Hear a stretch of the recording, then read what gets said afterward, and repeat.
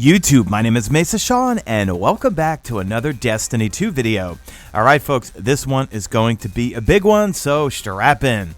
We have Director's Cut Part 3, where Luke Smith addresses the community with all of the changes coming to Destiny 2 with Year 3 and also with Shadowkeep. Now, a big focus on this is going to be PvP, and I think a lot of the PvPers, and especially the casual PvPers, are probably going to be happy with some of the changes. In fact, some of the changes might actually get me more into the Crucible because right now I avoid it like the plague.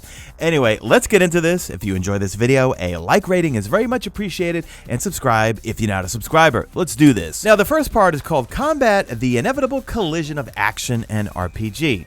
Now, some of this, or just some of the entire blog, I'm going to read verbatim, and then some of it I'm going to have to paraphrase because there's a lot of information. Well, part 1 of this section is called Damage Numbers and the 1 million Problem. And here we have Destiny 2 is built with very different goals in mind than was the much improved version of the game we're playing today. Some parts simply weren't meant to last for several years. One of those parts is the displayed damage values relative to the player's power level. This problem clearly manifests to players as the frequency of 9999999 showing up in your HUD.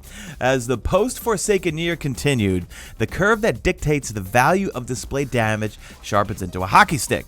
The displayed values for Shadowkeep rocket off the graph and become almost vertical.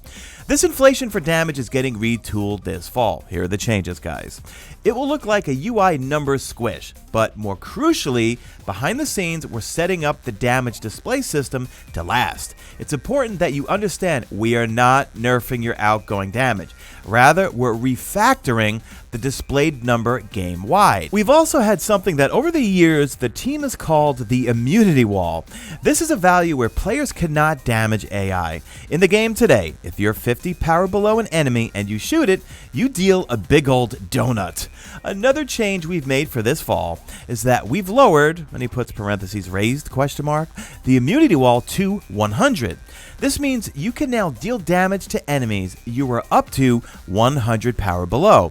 That at power, you and an enemy are the same power, experience isn't changing. This is not a nerf. This is a way for folks to take on greater challenges by fighting further below the power curve. Next up, we have part 2, and that's all about buffs, debuffs, and stacking rules. So he says, we've taken all the weapon damage buffs, and these are the damage buffs that enhance your outgoing damage, that can appear on the character and stack ranked their damage effects. These are like Empowering Rift, Will of Radiance, Luminous Buff, and Top Tree Void Titans, Weapons of Light. We've also overhauled the system under the hood, so the damage calculations use only the most powerful buff on a player at a given time. It's got a nuance to it though. If you're under the damage effect of something stronger than Well of Radiance, you will still receive the healing effect from the well, but the damage bonus would come from the other buff, meaning either Lumina or Weapons of Light. So in a nutshell, it's taking whichever buff is giving you the highest damage output, it's going to give you that. Like, you're not going to stack, or at least I'm reading into this, you can't stack Weapons of Light on top of a Well of Radiance and get that like huge damage buff. They've also made some changes to the debuffs as well, and those are things like Hammer Strike, Shattering Strike, Tractor Cannon, Shadow Shock. Shadow Shock will now work on powerful weapons as well. Well, in general, only one ability buff can be active on a player at a given time, and enemies can be affected by only one debuff at a time. There are notable exceptions in the form of exotics and weapon amplification. Perks like Kill Clip, Rampage, etc. And what he's saying here is the exotics and those weapon perks that buff your damage, well, they're going to remain in place, increasing that damage to above the ability buff values. And then he gives a simple example. Buffs that apply to a single weapon, Rampage, Kill Clip, exotics, etc., they can still stack. But buffs that affect all of your weapons no longer stack. The most powerful of those buffs will be applied to all of your damage. And he goes, I'm sure someone's going to make a video that shows this in action on October 1st. I normally would do that, but no, I'm going to be streaming all day on October 1st. Part 3 is all about supers, and he just kind of talks about that. Masterwork guns, super mods, orbs everywhere. Supers are a bit of a problem. So he says, on a live stream a couple of months ago, I mentioned that we're lowering roaming super damage resistance, and we are.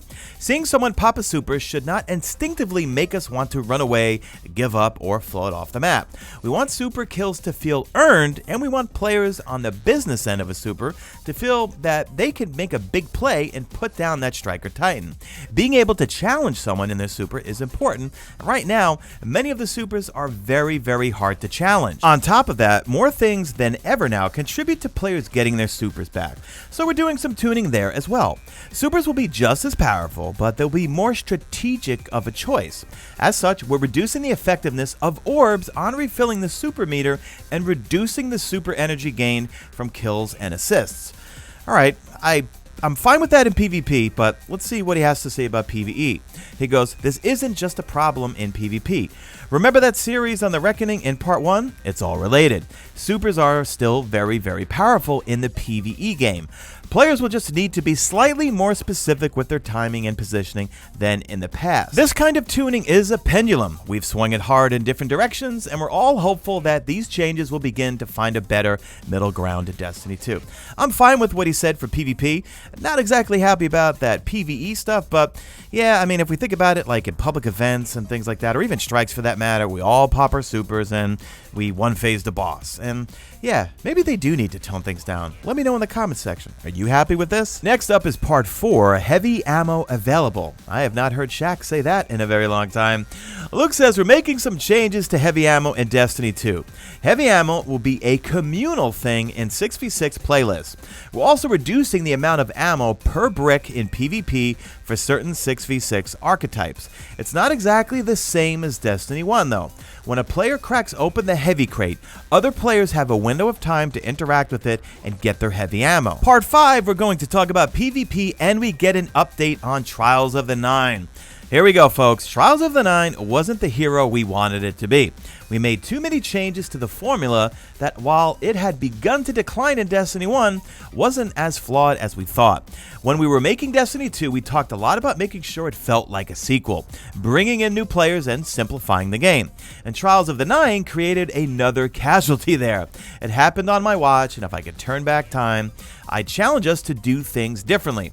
If nothing else, I hope it's clear that we are committed to learning from the mistakes we make and making it right. I know I'm reaching here, guys, but I think that's a tease that they want to bring Trials back, but they want to make it right. I mean, he said it flat out here. I hope it's clear we're committed to learning from our mistakes and making it right. Well, let's further read into this.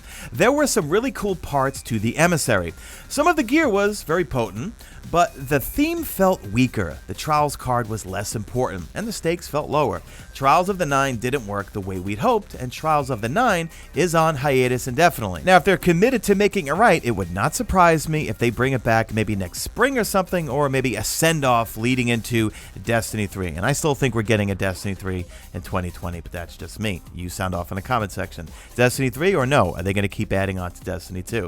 All right, so let me keep going here. So why have we been so quiet about PvP? Well, we didn't have a lot to say. We weren't actively developing something to hype up. We knew PvP was going to be something everyone got for free in New Light, so it really wasn't part of Shadowkeep's core offering. What we are doing about PvP became a question we were asked internally too. A bunch of folks on our team are passionate about PvP and wanted to know where it was heading. PvP is in need of some quality of life improvements and restructuring. This fall, with New Light, hopefully bringing a bunch of new folks into Destiny with our existing players looking for some new updates to PvP. We will start by making significant changes to the PvP portion of the Director. Now check this out, guys. We've revisited the playlist a lot, and here's how it's going to work. We've removed the quick play and competitive nodes from the Director. If you are looking for an experience like quick play, we've added the Classic Mix, a connection-based playlist like quick play today that's going to have Control, Clash, and Supremacy. Next up, competitive is replaced by 3v3 survival, which now is going to award glory. And I love 3v3. I miss 3v3 from Destiny 1 so badly. All right, let me continue here. We've also added a survival solo queue playlist that also awards glory. Thank heavens, because playing in a comp environment and I want to get glory, yeah, playing solo, like I like to play PvP solo most of the time because I'm embarrassed when I play with friends and I do terrible. So that's pretty cool for someone like me. They've also added a 6v6 control as its own playlist. And they say with the potential influx of new players this fall, we want to have a playlist that signals to new players that this is a good place to start. We feel like 6v6 control is the right starting place when introducing new friends to Destiny. We've added a weekly 6v6 rotator and a weekly 4v4 rotator. These rotator playlists are where modes like Clash, Supremacy, Mayhem, Lockdown, and Countdown will appear. Now, it looks like 3v3 Elimination is coming back, and more reasons why I think Trials will come back at some point, but retooled down the road. So let me read you this. We've also been working on 4 variants of 3v3 Elimination. They include different approaches to revives, token resurrections or not, and variations on how heavy ammo works. Elimination is going to make its return in Crucible Labs. However, Elimination is very much unfinished. It's missing VO, and there are no unique medals associated with it. Between the missing polish and the 4 variants we'd like your feedback on, Elimination for the time being is a great fit for Crucible Labs. We fully expect it to graduate out of labs and find a warmer home. Now, for maps from Destiny 1, they're bringing back Widow's Court and Twilight Gap. Now, they say that we wanted to make sure we could test Elimination on some familiar maps, and that's why they brought them back. But please, Bungie, let us play 6v6 on those maps. We need bigger maps, and those maps work for 6v6. Matchmaking is also getting some changes here, so let me read you this. Additionally, we've also taken a longer look at matchmaking and overhauled the skill matching system. That's something everyone seems to hate. In the game today, Quick Play is the only playlist that doesn't have some version of skill matching in the game. We're preserving that behavior, connection matchmaking, in the 6v6 Classic Mix playlist. Here's what gets really annoying about skill match. When it's overly restrictive, it's fatiguing when every single game feels like a sweat fest. When it's overly loose, a player can get an entire evening of unlucky matchmaking RNG where they're getting dumped on by squads of Terminators shredding Kindergardians. And I feel like that's why I can't stand connection-based matchmaking, because I feel like I'm always the one getting into those types of matches. But then again, I'm in New York City, I've got good connection, so I have a lot of people to match with, and there must be a lot of sweats in the Northeast or the New York area. Luke continues with, this fall, skill match should ensure a wider variety of matches, regardless of player skill. Some matches should be tense and thrilling, while other matches should be stomps. This philosophy should also apply to the top players, so they don't feel like every match is a sweat show. Oh, give me a break. Are you kidding me? Those top players, and you know who I'm talking about, they complain no matter what when it comes to matchmaking. Anyway, we'll see how it pans out. Luke continues with, we've refactored how players gain glory ranks with these skill match changes. We're factoring in your skill value to glory gains and losses so that numbers can more effectively represent skill. We've also made a number of quality of life changes to glory, valor, and infamy to make losses less punishing to your streaks. Once the above changes go live in October, we'll be watching, listening, and reading as you check them out. The final section is called An Evolving World, and it's in a nutshell how Destiny 2 is going to move forward with regards to content from season to season. Now, Shadowkeep, not only does it involve the moon, also the Vex are a big part of it because it's called Season of the Undying. There's going to be Vex invasions all over the solar system.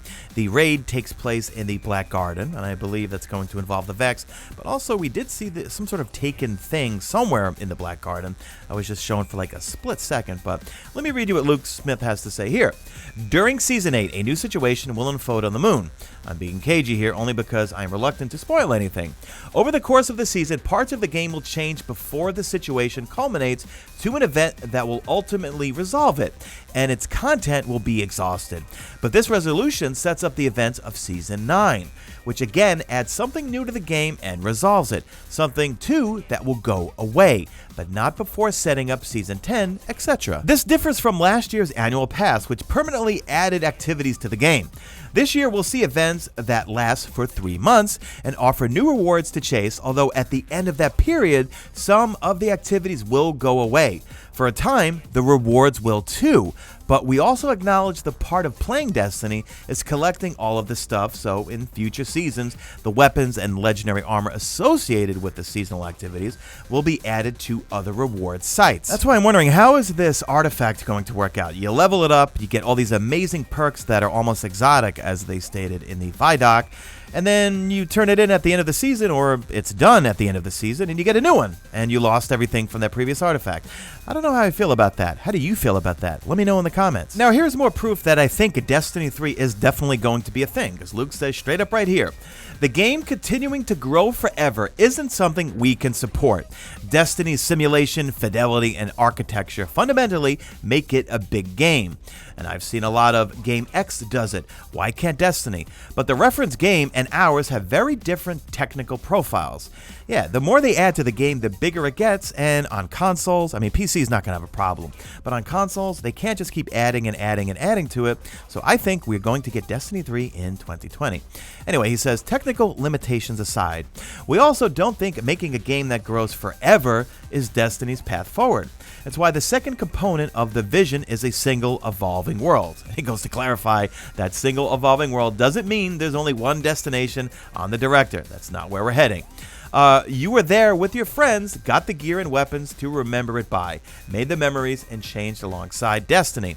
In late August, we're going to talk more about the annual pass and how it's going to evolve. I will be streaming this cinematic reveal on Monday, August 19th at 2 p.m. Eastern right here on my YouTube channel. So make sure you turn on notifications. I'll stream whatever they reveal from Gamescom. We could watch together and, well, see what this cinematic reveal is.